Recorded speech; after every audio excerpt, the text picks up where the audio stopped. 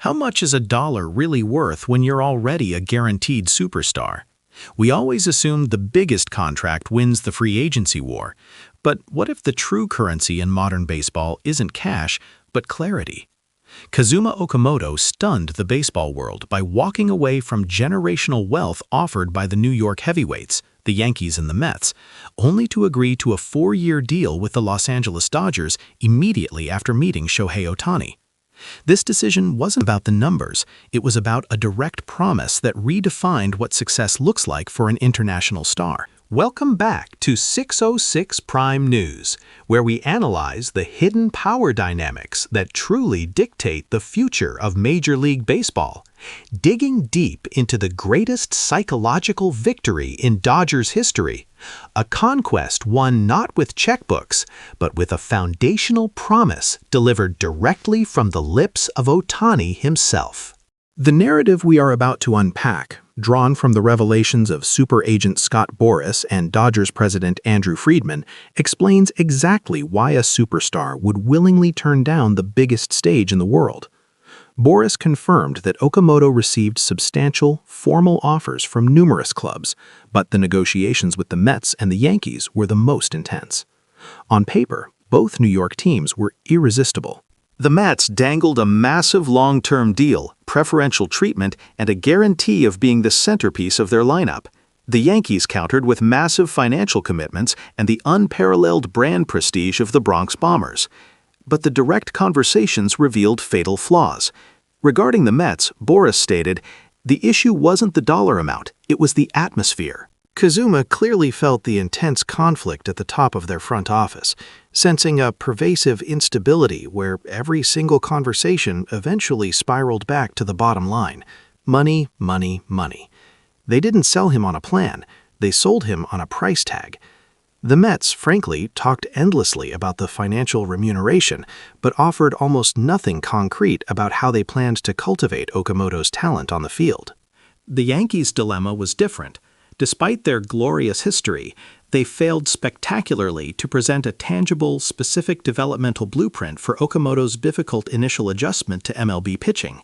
There was no clear roadmap, no phased adaptation schedule.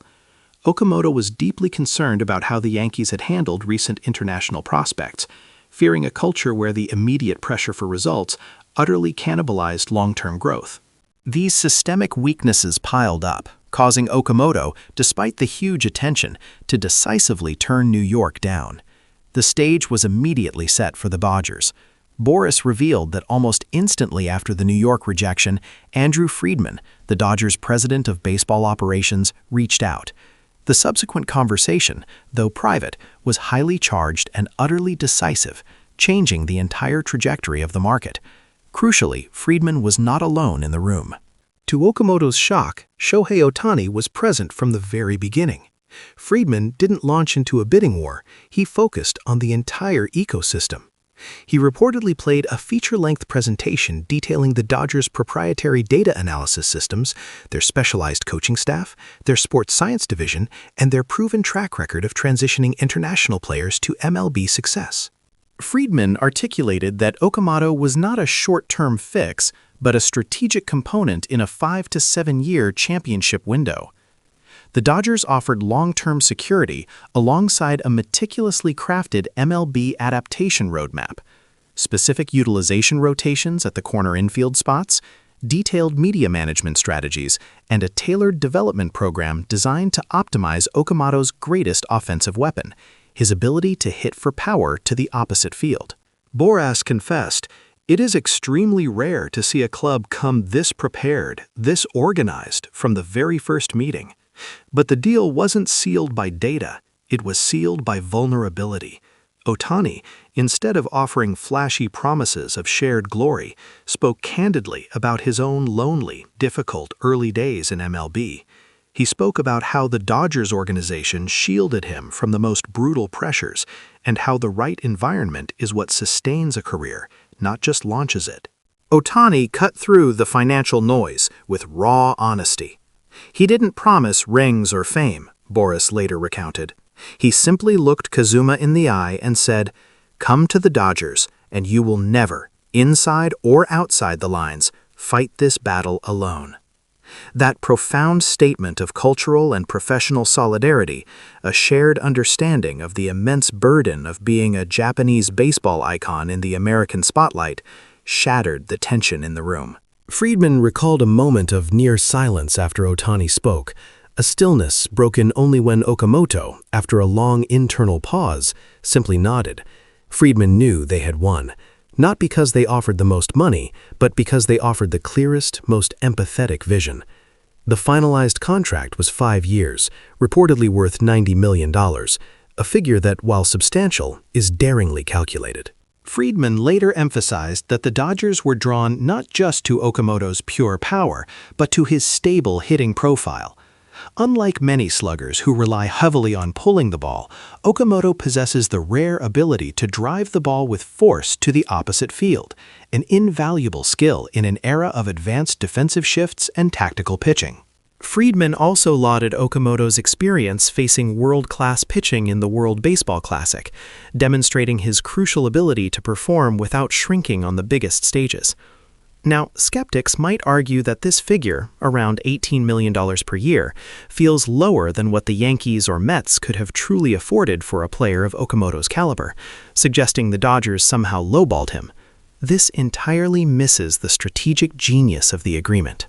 Friedman clarified that the Dodgers do not view Okamoto as an immediate, forced, everyday regular. Instead, he is positioned as a direct successor and a long-term insurance policy in the infield. In the short term, he will rotate into the corner infield spots, easing the burden on veterans like Max Muncy and Freddie Freeman, and giving him a crucial pressure-moderated adaptation period. The true plot twist lies in the medium-term plan. With Max Muncy's contract concluding after the 2027 season, acquiring Okamoto now is pure, preemptive strategic investment. This is not filling a hole after it appears. It is generational continuity planning, ensuring the transition of the infield leadership is seamless.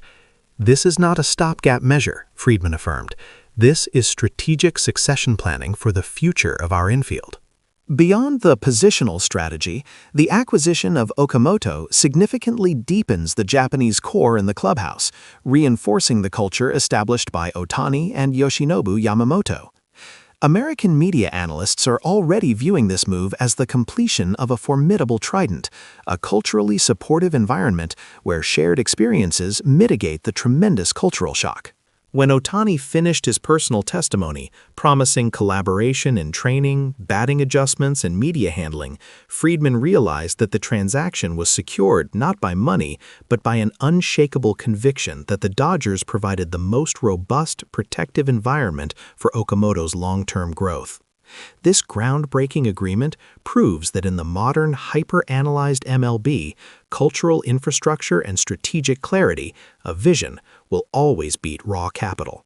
It establishes a new blueprint for international free agency, where the veteran star is the most powerful recruiting tool, offering not promises of fame, but the solace of shared experience. But tell us, what do you think this trio, Ohtani, Yamamoto, and Okamoto, will achieve together in Los Angeles?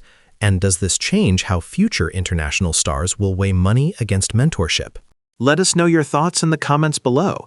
And if you enjoyed this deep dive into the business and psychology of the game, please like, share, and subscribe to 606 Prime News for more elite baseball analysis.